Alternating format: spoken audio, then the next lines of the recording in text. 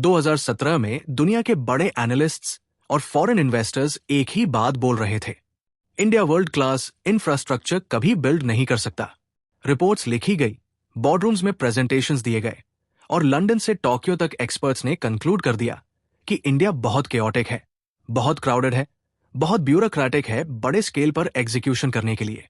उनके हिसाब से इंडिया एक ऐसा देश था जहां रोड्स इनकम्प्लीट रहते हैं, पोर्ट्स ओवरलोडेड रहते हैं, सिटीज ट्रैफिक में फंसी रहती है और प्रोजेक्ट्स डेडलाइन से पहले कभी पूरे नहीं होते। सवाल सिर्फ इंफ्रास्ट्रक्चर का नहीं था, सवाल था कैपेबिलिटी का।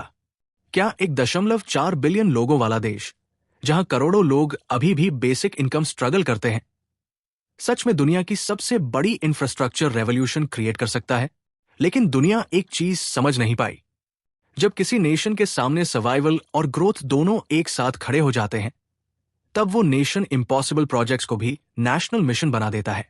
और इंडिया ने वही किया, क्योंकि 2028 तक इंडिया के पास सिर्फ 2 रास्ते थे। पहला, या तो इकोनॉमी दुनिया की टॉप इकोनॉमीज में परमानेंटली जगह बना ले। दूसरा, ट्रैफिक, लॉजिस्टिक्स फेलियर्स और वीक कनेक्टिविटी की वजह से ग्रोथ अपने ही वजन के नीचे दब जाए। बीच का कोई रास्ता था ही नहीं। अगर हाईवेज नहीं बनते तो फैक्ट्रीज बंद हो जाती, अगर फ्रेट कॉरिडोर्स नहीं बनते तो एक्सपोर्ट्स कोलैप्स हो जाते, अगर पोर्ट्स मॉडर्नाइज नहीं होते तो ग्लोबल मैन्युफैक्चरिंग इंडिया से दूर चली जाती, और अगर सिटीज ट्रांसफॉर्म नहीं होती तो करोड़ों लोगों का फ्यूचर कंजेशन में फंस जाता। इसी प्रेशर के बीच इंडिया ने शुरू किया 20 लाख करोड़ रुपए से भी बड़ा इंफ्रास्ट्रक्चर पुश। इतना पैसा कि उससे सिंगापुर का पूरा स्काईलाइन 2 बार खरीदा जा सकता है। लेकिन ये सिर्फ पैसा नहीं था, ये एक कैलकुलेटेड नेशनल स्ट्रैटेजी थी। ऐसी स्ट्रैटेजी जिसमें हाईवेज अलग प्रोजेक्ट नहीं थे, पोर्ट्स अलग प्रोजेक्ट नहीं थे और एयरपोर्ट्स अलग विजन नहीं थे। सब कुछ एक दूसरे से कनेक्टेड था। बुलेट ट्रेन फ्रेट कॉरिडोर से जुड़ी थी, फ्रेट कॉरिडोर पोर्ट से जुड़ा था, पोर्ट्स स्मार्ट सिटीज से जुड़े थे, स्मार्ट सिटीज रिन्यूएबल एनर्जी से चलने वाले थे, और इन सबको एक डिजिटल कमांड सिस्टम के अंदर सिंक्रोनाइज किया जा रहा था। सबसे पहले दुनिया का ध्यान गया इंडिया की पहली बुलेट ट्रेन प्रोजेक्ट पर, मुंबई से अहमदाबाद तक हाई स्पीड रेल कॉरिडोर। जब यह प्रोजेक्ट अनाउंस हुआ था तब लोग हंस रहे थे। क्रिटिक्स बोल रहे थे कि इंडिया जैसी कंट्री बुलेट ट्रेन अफोर्ड नहीं कर सकती। कुछ लोग इसे फैंसी बोल रहे थे, लेकिन ग्राउंड रियलिटी धीरे धीरे बदलने लगी। एलिवेटेड ट्रैक्स खड़े होने लगे, मैसिव पिलर्स कोस्टलाइंस के ऊपर दिखाई देने लगे, अंडरसी टनल ड्रिलिंग शुरू हो गई। जापान से लो इंटरेस्ट फंडिंग आई और इंडिया ने क्लियर मैसेज दिया कि अब बड़े सपने सिर्फ स्पीचेस तक सीमित नहीं रहेंगे। यह प्रोजेक्ट सिर्फ स्पीड के बारे में नहीं था, यह प्रूफ था कि इंडिया अब एग्जीक्यूशन भी कर सकता है। लेकिन असली साइलेंट रेवोल्यूशन कहीं और चल रही थी। Dedicated freight corridors, 2 giant railway arteries जो इंडिया की पूरी इकोनॉमी का ब्लड सर्कुलेशन बदलने वाले थे। ईस्टर्न कॉरिडोर पंजाब से बंगाल तक और वेस्टर्न कॉरिडोर दिल्ली रीजन से मुंबई पोर्ट्स तक। पहले फ्रेट ट्रेन्स पैसेंजर ट्रेन्स के पीछे घंटों वेट करती थी, लॉजिस्टिक्स स्लो था, कॉस्ट्स हाई थी। अब India dedicated industrial rail network build कर रहा था, जहां double stack container trains 100 kilometre per hour की स्पीड से मूव करेंगी। इमेजिन करो एक ऐसी इकोनॉमी जहां कार्गो बिना ट्रैफिक के फैक्ट्रीज से पोर्ट्स तक स्मूथली पहुंचे। यही वो बैकबोन था जो इंडिया को मैन्युफैक्चरिंग सुपर पावर बनने की तरफ पुश कर रहा था। और फिर आया एक्सप्रेसवेज का एरा। वाराणसी कोलकाता एक्सप्रेसवे जैसे प्रोजेक्ट्स सिर्फ रोड्स नहीं थे, ये इकोनॉमिक वेपन्स थे। 6 लेन हाईवेज जो मल्टीपल स्टेट्स को कनेक्ट करके फ्रेट कॉस्ट कम करने वाले थे। ट्रैवल टाइम घंटों में कट होने वाला था। नेपाल और भूटान तक डायरेक्ट ट्रेड कॉरिडोर्स खुलने वाले थे। हजारों करोड़ का कॉमर्स एक्टिवेट होने वाला था। इंडिया सिर्फ रोड्स नहीं बना रहा था, इंडिया बॉर्डर्स के बीच इकोनॉमिक फ्लो रीडिजाइन कर रहा था। इसी दौरान स्काइज में भी ट्रांसफॉर्मेशन शुरू हो चुका था।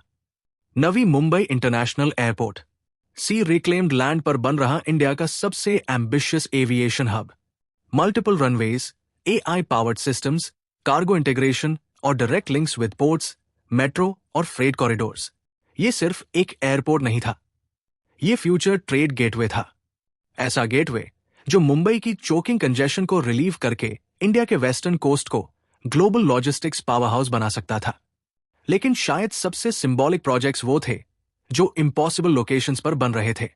माउंटेन्स के बीच Jammu metro, earthquake prone terrain में टनल्स और स्टेशंस। इंजीनियर्स लिटरली पत्थरों के अंदर फ्यूचर कार्व कर रहे थे, क्योंकि मैसेज क्लियर था। इंडिया अब ज्योग्राफी से डरने वाला नहीं था। माउंटेन्स हो, डेजर्ट्स हो या कोस्ट लाइन्स, इंफ्रास्ट्रक्चर हर जगह पहुंचेगा। और इसी समय मुंबई जैसे सिटीज में छोटे दिखने वाले प्रोजेक्ट्स भी क्वाइटली लाइव्स बदल रहे थे। Double decker flyovers, elevated connectors और स्मार्ट मोबिलिटी सिस्टम्स लाखों लोगों का डेली कम्यूट बदल रहे थे। किसी एक ब्रिज से अगर हर दिन लाखों मिनट्स बचते हैं, तो वो सिर्फ ट्रैफिक सोल्यूशन नहीं होता, वो नेशनल प्रोडक्टिविटी बूस्ट बन जाता है। इंडिया टाइम बचा रहा था, और टाइम ही वो रिसोर्स है जिसे कोई देश प्रिंट नहीं कर सकता। लेकिन इंडिया का ट्रांसफॉर्मेशन सिर्फ हाईवेज, मेट्रोज और एयरपोर्ट्स तक सीमित नहीं था।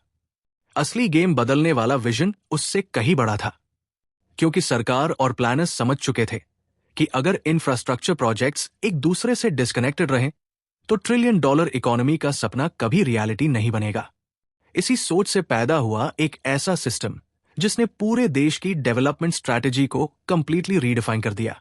नाम था पीएम गति शक्ति। बाहर से ये सिर्फ एक गवर्नमेंट इनिशिएटिव लगता है, लेकिन अंदर से ये इंडिया का नेशनल ऑपरेटिंग सिस्टम था। पहले क्या होता था? हाईवे कहीं बन रहा है, लेकिन किसी को नहीं पता कि फ्यूचर मेट्रो राउट वहां से गुजरेगा या नहीं। पोर्ट बन रहा है, लेकिन फ्रेट रेलवे उससे कनेक्टेड नहीं है। एयरपोर्ट तैयार हो जाता था, लेकिन उसके आसपास एक्सप्रेसवे प्लानिंग बाद में शुरू होती थी। Result? Time waste, land waste, money waste. India की ग्रोथ फ्रैगमेंटेड थी। हर मिनिस्ट्री अपना प्रोजेक्ट बना रही थी, लेकिन कोई यूनिफाइड कोऑर्डिनेशन नहीं था। फिर आया गति शक्ति। 16 मिनिस्ट्रीज को एक डिजिटल प्लेटफॉर्म के अंदर कनेक्ट कर दिया गया।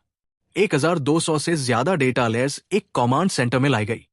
अब हाईवे प्लानर्स जानते थे फ्यूचर इंडस्ट्रियल जोन कहां आएगा। रेलवे मिनिस्ट्री जानती थी एयरपोर्ट कार्गो राउट कहां कनेक्ट होगा। Ports, logistics parks, telecom, pipelines, economic corridors सब एक सिंक्रोनाइज्ड सिस्टम में काम करने लगे। यहीं से दुनिया को समझ आना शुरू हुआ कि इंडिया रैंडम प्रोजेक्ट्स नहीं बना रहा। इंडिया एक कनेक्टेड इकोनॉमिक मशीन बिल्ड कर रहा है। एक्सप्रेसवेज फ्रेट कॉरिडोर्स को फीड करेंगे, फ्रेट कॉरिडोर्स पोर्ट्स को एक्सेलरेट करेंगे, पोर्ट्स एक्सपोर्ट्स बढ़ाएंगे, एयरपोर्ट्स स्मार्ट सिटीज को कनेक्ट करेंगे, स्मार्ट सिटीज रिन्यूएबल एनर्जी पर चलेंगी, और पूरा network real time digital coordination से मैनेज होगा। यही वो मास्टर प्लान था जिसने इन्वेस्टर्स को स्लोली रीथिंक करने पर मजबूर कर दिया। इसी बीच इंडिया ने एक और बैटलफील्ड चुन लिया, रिन्यूएबल एनर्जी। क्योंकि इंफ्रास्ट्रक्चर बिल्ड करना आसान है, लेकिन उसे पावर देना सबसे बड़ा चैलेंज होता है। और इंडिया ने डिसाइड किया कि फ्यूचर कोल डिपेंडेंसी पर नहीं चलेगा। गुजरात और राजस्थान के डेजर्ट्स में दुनिया के सबसे बड़े सोलर पार्क्स उठने लगे। ऑफशोर वाइन फार्म्स तमिलनाडु और गुजरात कोस्ट लाइन्स पर एक्सपैंड होने लगे। टारगेट इतना मैसिव था कि शुरुआत में दुनिया ने उसे अनरियलिस्टिक कहा, 500 गीगावाट रिन्यूएबल एनर्जी कैपेसिटी। लेकिन इंडिया ने पेस स्लो नहीं किया। सोलर पैनल्स डेजर्ट्स में ऐसे फैलने लगे जैसे किसी ने जमीन पर मिरर्स बिछा दिए हों। कई प्रोजेक्ट्स इतने बड़े थे कि सैटेलाइट से क्लियरली दिखाई देने लगे। लेकिन रिन्यूएबल एनर्जी सिर्फ क्लाइमेट चेंज नैरेटिव नहीं था, इसके पीछे स्ट्रैटेजिक थिंकिंग थी। Energy independence. इंडिया जानता था कि अगर फ्यूचर इंडस्ट्रीज को स्टेबल चीप पावर नहीं मिली, तो मैन्युफैक्चरिंग ग्रोथ कोलैप्स हो जाएगी। इसलिए क्लीन एनर्जी इंडिया के लिए एनवायरनमेंट प्रोजेक्ट नहीं था, ये इकोनॉमिक सर्वाइवल प्रोजेक्ट था। और इसी के साथ लॉजिस्टिक्स रेवोल्यूशन पैरेलल चल रहा था। दशकों तक इंडिया की इकोनॉमी एक हिडन प्रॉब्लम से ब्लीड करती रही थी, लॉजिस्टिक्स कॉस्ट। डेवलप्ड कंट्रीज में गुड्स ट्रांसपोर्ट जीडीपी का छोटा हिस्सा कंज्यूम करता था, लेकिन इंडिया में यही कॉस्ट इकोनॉमी को पीछे खींच रही थी। ट्रक्स डिलेज में फंसते थे, कंटेनर पोर्ट्स पर अटकते थे, फ्रेट मूवमेंट स्लो था। तब लॉन्च हुआ ULIP, unified logistics interface platform. Simple language में कहें तो कार्गो मूवमेंट के लिए गूगल मैप्स जैसा national digital brain. Ports, railways, customs, highways, aviation सब एक सिंगल रियल टाइम प्लेटफॉर्म पर कनेक्टेड होने लगे। अब कंटेनर्स ट्रैक हो सकते थे, डिलेस आइडेंटिफाई हो सकते थे, राउट्स ऑप्टिमाइज हो सकते थे। और जब लॉजिस्टिक्स इंप्रूव होते हैं, तब सिर्फ ट्रक्स फास्ट नहीं चलते, पूरी इकोनॉमी एक्सेलरेट हो जाती है। एक्सपोर्ट डिलीवरी फास्टर होती है, मैन्युफैक्चरिंग चीप होती है, ग्लोबल कंपनीज कॉन्फिडेंस गेन करती है। यही रीजन था कि इंडिया खुद को चाइना अल्टरनेटिव मैन्युफैक्चरिंग हब की तरह पोजीशन करने लगा।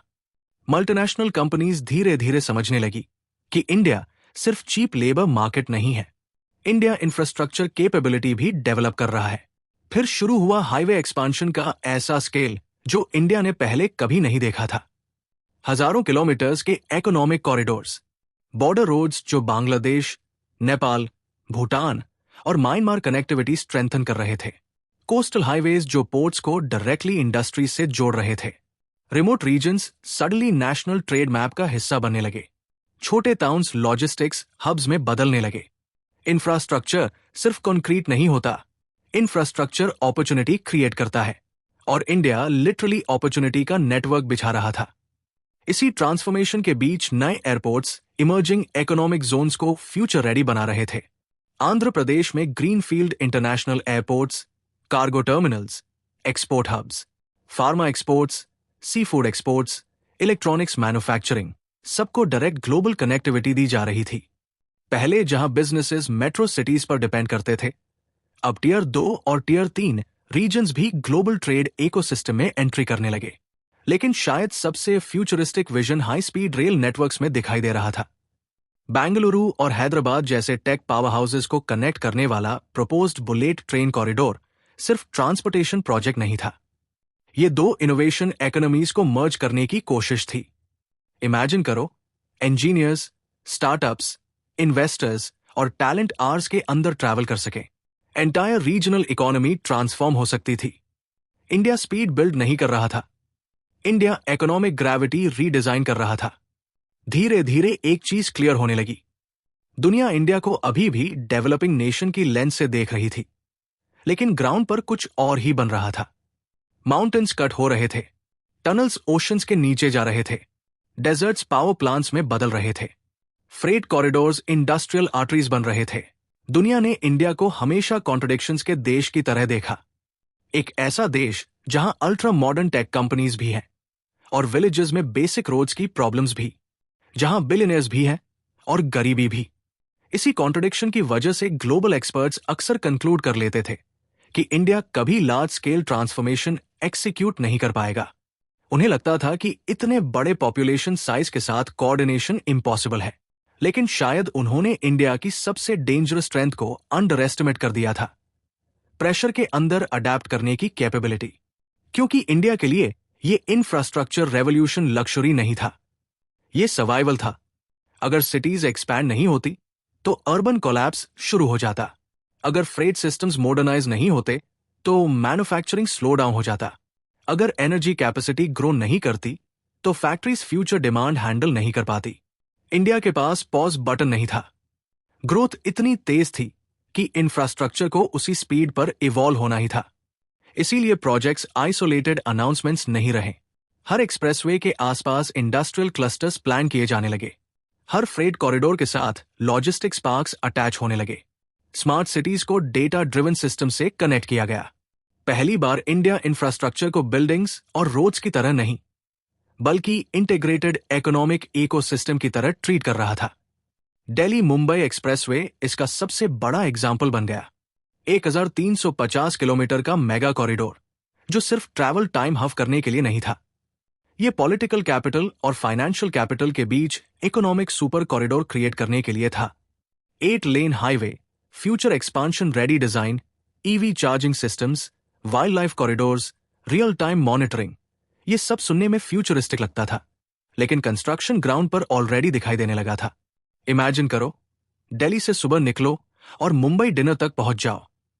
पहले जो लॉजिस्टिक्स मूवमेंट कई दिनों में होता था वो ड्रेस्टिकली फास्टर होने वाला था, लेकिन असली इंपैक्ट हाईवेज पर चलने वाली कार्स नहीं थी।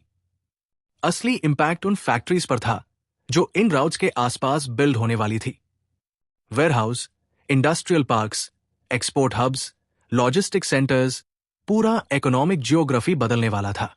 जहां पहले आइसोलेटेड रीजन्स थे, वहां सडनली इन्वेस्टमेंट आने लगी, लैंड वैल्यूज बढ़ने लगी, एम्प्लॉयमेंट अपॉर्चुनिटीज क्रिएट होने लगी, इंफ्रास्ट्रक्चर रोड से ज्यादा साइकोलॉजी बदलता है। जब कनेक्टिविटी आती है तो इन्वेस्टर्स का कॉन्फिडेंस बदलता है, और जब कॉन्फिडेंस बदलता है तब इकोनॉमी मल्टीप्लाई होने लगती है। इसी दौरान smart cities mission quietly India के अर्बन फ्यूचर को रीशेप कर रहा था। AI based traffic systems, integrated command centres, smart street lighting, digital governance, real time emergency response systems. पहले लोग इसे मार्केटिंग स्लोगन समझते थे, लेकिन धीरे धीरे कई सिटीज में चेंजेस विजिबल होने लगे। गवर्नमेंट सर्विसेज डिजिटाइज होने लगी, ट्रैफिक मैनेजमेंट इंप्रूव होने लगा, एनर्जी कंजम्पशन ऑप्टिमाइज होने लगा। यह परफेक्ट नहीं था, लेकिन डायरेक्शन क्लियर थी। इंडिया फ्यूचर सिटीज बिल्ड करने की कोशिश कर रहा था, जहां गवर्नेंस डेटा ड्रिवन हो। और फिर रिन्यूएबल एनर्जी एक्सपांशन ने पूरी स्टोरी को ग्लोबल लेवल पर इंटरेस्टिंग बना दिया। दुनिया डेकेड्स तक मानती रही कि इंडिया हमेशा कोल डिपेंडेंट रहेगा, लेकिन मैसिव सोलर पार्क्स और वाइन प्रोजेक्ट्स ने नैरेटिव बदलना शुरू कर दिया। गुजरात और राजस्थान के डेजर्ट्स एनर्जी कैपिटल्स में बदलने लगे। इंडिया सिर्फ इलेक्ट्रिसिटी जनरेट नहीं कर रहा था, India future industrial independence secure कर रहा था, क्योंकि फ्यूचर मैन्युफैक्चरिंग उन्हीं नेशंस के पास जाएगी जिनके पास चीप स्टेबल पावर होगी। और इंडिया ये गेम समझ चुका था। फिर लॉजिस्टिक्स रिफॉर्म्स ने धीरे धीरे इकोनॉमी की हिडन इनएफिशिएंसीज को अटैक करना शुरू किया। यूलिप जैसे डिजिटल सिस्टम्स ने कार्गो मूवमेंट को ट्रैकेबल और प्रेडिक्टेबल बनाना शुरू किया। फ्रेट डिलेस रिड्यूस होने लगे, पोर्ट्स फास्टर होने लगे, multimodal logistics parks trucks, trains और शिप्स को सीमलेसली कनेक्ट करने लगे। ये बोरिंग पॉलिसी रिफॉर्म्स लग सकते हैं, लेकिन ग्लोबल ट्रेड इसी बैकबोन पर चलता है। चाइना मैन्युफैक्चरिंग जायंट सिर्फ फैक्ट्रीज की वजह से नहीं बना, वो लॉजिस्टिक्स एफिशिएंसी की वजह से बना। और इंडिया अब वही लेसन अपने स्केल पर अप्लाई कर रहा था। लेकिन शायद सबसे इमोशनल पार्ट यह था कि ट्रांसफॉर्मेशन सिर्फ मेट्रो सिटीज तक लिमिटेड नहीं था। कश्मीर में metro projects, north east connectivity corridors, coastal economic highways, rural logistics integration, पहली बार कई remote regions national growth story का हिस्सा महसूस करने लगे। इंफ्रास्ट्रक्चर सिर्फ रिच सिटीज को मॉडर्न बनाने का टूल नहीं था, यह डिस्कनेक्टेड इंडिया को कनेक्ट करने का मिशन बन चुका था। और यही पॉइंट था जहां दुनिया की परसेप्शन स्लोली बदलने लगी। पहले इन्वेस्टर्स इंडिया को रिस्की मार्केट कहते थे, अब वही कंपनीज मैन्युफैक्चरिंग प्लांट्स अनाउंस करने लगी। पहले लोग इंडिया को आउटसोर्सिंग डेस्टिनेशन समझते थे, अब इंडिया खुद को ग्लोबल प्रोडक्शन हब की तरह प्रेजेंट करने लगा। डिफरेंस सिर्फ स्पीचेस में नहीं था, डिफरेंस कॉन्क्रीट, स्टील और एग्जीक्यूशन में दिखने लगा था। लेकिन शायद सबसे बड़ा चेंज नंबर्स में नहीं था, सबसे बड़ा चेंज माइंडसेट में था।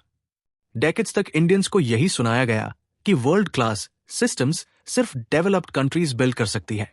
बुलेट ट्रेन्स जापान के लिए है, स्मार्ट लॉजिस्टिक्स यूरोप के लिए है, रिन्यूएबल रेवोल्यूशंस अमेरिका और चाइना के लिए है। इंडिया सिर्फ कैचअप कर सकता है, लीड नहीं कर सकता। और अब पहली बार करोड़ों लोग अपने सामने कुछ अलग होते देख रहे थे। Massive bridges, expressways, metro networks, airports, solar parks, सब एक नया साइकोलॉजिकल इफेक्ट क्रिएट कर रहे थे कि शायद इंडिया सिर्फ डेवलपिंग नेशन नहीं है, शायद India next major economic civilisation बनने की प्रेपरेशन कर रहा है। अब इमेजिन करो 2028 का इंडिया। बुलेट ट्रेन्स ऑपरेशनल है, फ्रेट कॉरिडोर्स पूरे इंडस्ट्रियल बेल्ट्स को लाइटनिंग स्पीड से कनेक्ट कर रहे हैं, smart cities real time digital systems पर चल रही है, रिन्यूएबल एनर्जी ग्रिड्स फैक्ट्रीज और होम्स को पावर दे रही है, एयरपोर्ट्स कार्गो हब्स में बदल चुके हैं, एक्सप्रेसवेज पूरे देश को इकोनॉमिक आर्टरीज की तरह जोड़ रहे हैं। और ये सब अलग अलग प्रोजेक्ट्स नहीं है, ये एक जाइंट कनेक्टेड मशीन है जिसे इंडिया अपने हाथों से असेंबल कर रहा है। दुनिया ने हमेशा इंडिया को प्रॉब्लम्स के लेंस से देखा, population problem, traffic problem, poverty problem, bureaucracy problem, लेकिन शायद पहली बार इंडिया उन्हीं चैलेंजेस को स्केल एडवांटेज में बदल रहा है। क्योंकि जब इंफ्रास्ट्रक्चर 1.4 बिलियन लोगों के लिए बिल्ड होता है तो उसका इंपैक्ट किसी भी डेवलप्ड कंट्री से कई गुना बड़ा हो जाता है। एक एक्सप्रेसवे सिर्फ ट्रैवल टाइम रिड्यूस नहीं करता, वो मिलियंस लोगों के अपॉर्चुनिटीज एक्सेस करने का तरीका बदल देता है। एक एयरपोर्ट सिर्फ फ्लाइट्स नहीं बढ़ाता, वो पूरे स्टेट की इकोनॉमी को ग्लोबल ट्रेड मैप पर डाल देता है। एक फ्रेट कॉरिडोर सिर्फ कार्गो मूव नहीं करता, वो फैक्ट्रीज, जॉब्स और इन्वेस्टमेंट्स क्रिएट करता है। और शायद यही रीजन है कि ग्लोबल इन्वेस्टर्स अब इंडिया को सिर्फ मार्केट नहीं, future manufacturing and economic power के रूप में देखना शुरू कर चुके हैं। कंपनीज जो पहले सिर्फ चाइना डिपेंडेंट थी, अब इंडिया में ऑल्टरनेटिव्स बिल्ड कर रही है। पोर्ट्स एक्सपैंड हो रहे हैं, इंडस्ट्रियल जोन्स राइज कर रहे हैं, सेमीकंडक्टर प्लांट्स अनाउंस हो रहे हैं, लॉजिस्टिक्स इकोसिस्टम्स स्ट्रॉन्गर बन रहे हैं, क्योंकि दुनिया समझ रही है कि फ्यूचर ग्रोथ वही होगी जहां स्केल, वर्कफोर्स और इंफ्रास्ट्रक्चर एक साथ मिलेंगे। और इंडिया धीरे धीरे वही कॉम्बिनेशन बनता जा रहा है। लेकिन इस पूरी स्टोरी का सबसे पावरफुल हिस्सा नंबर्स नहीं है, ना ट्रिलियन डॉलर इकोनॉमी, ना लाख करोड़ इन्वेस्टमेंट्स। सबसे पावरफुल हिस्सा है बिलीफ। क्योंकि डेकेड्स तक इंडियंस को यह महसूस कराया गया कि वर्ल्ड क्लास एग्जीक्यूशन सिर्फ डेवलप्ड कंट्रीज कर सकती है, कि इंडिया हमेशा पीछे रहेगा, हमेशा कैचिंग अप करेगा। लेकिन आज माउंटेन्स के अंदर टनल्स बन रहे हैं, ओशंस के नीचे ट्रांसपोर्ट कॉरिडोर्स बन रहे हैं, डेजर्ट्स पावर प्लांट्स में बदल रहे हैं, सिटीज एआई ड्रिवन सिस्टम्स पर शिफ्ट हो रही है। और ये सब किसी फॉरेन एम्पायर ने नहीं बनाया, ये सब इंडियंस बना रहे हैं। एक वेल्डर जो रात भर ब्रिज स्ट्रक्चर पर काम कर रहा है, एक इंजीनियर जो मेट्रो टनल अलाइनमेंट कैलकुलेट कर रहा है, एक टेक्नीशियन जो सोलर ग्रिड इंस्टॉल कर रहा है, एक ट्रक ड्राइवर जो न्यू एक्सप्रेसवे पर पहली बार आवर्स बचा रहा है, एक कम्यूटर जो मेट्रो की वजह से फैमिली के साथ एक्स्ट्रा टाइम स्पेंड कर पा रहा है। इंफ्रास्ट्रक्चर आखिर में कॉन्क्रीट नहीं होता, इंफ्रास्ट्रक्चर लोगों की जिंदगी बदलने की मशीन होता है। और इंडिया अभी वही मशीन बिल्ड कर रहा है। 2028 सिर्फ एक डेडलाइन नहीं है, ये टेस्ट है। क्या इंडिया केओस से कोऑर्डिनेशन तक पहुंच सकता है? क्या इंडिया स्केल को वीकनेस की जगह स्ट्रेंथ बना सकता है? क्या इंडिया डेवलपिंग नेशन से ग्लोबल सिस्टम शेपिंग नेशन बन सकता है? और शायद पहली बार आंसर अनसर्टेन नहीं लग रहा, क्योंकि प्रोजेक्ट्स अब स्पीचेस में नहीं, ग्राउंड पर दिखाई दे रहे हैं। स्टील उठ चुका है, ट्रैक्स बिछ चुके हैं, कॉरिडोर्स कनेक्ट हो चुके हैं, एयरपोर्ट्स राइज कर चुके हैं, एनर्जी ग्रिड्स एक्सपैंड हो चुकी है, मोमेंटम शुरू हो चुका है। और जब फ्यूचर जनरेशंस पीछे मुड़कर इस एरा को देखेंगी, शायद वे सिर्फ हाईवेज या बुलेट ट्रेन्स याद नहीं रखेंगी, वे याद रखेंगी कि ये वो समय था जब इंडिया ने डिसाइड किया कि वो परमिशन मांगकर ग्रो नहीं करेगा, वो खुद अपना फ्यूचर बिल्ड करेगा, अपनी स्पीड पर, अपने स्केल पर, अपने कॉन्फिडेंस के साथ। दुनिया ने कभी कहा था India world class infrastructure build नहीं कर सकता, लेकिन अब सवाल बदल चुका है। सवाल ये नहीं है कि इंडिया कर सकता है या नहीं, सवाल यह है कि जब ये ट्रांसफॉर्मेशन पूरी स्पीड पर पहुंचेगा, तब दुनिया इंडिया को इग्नोर कैसे करेगी।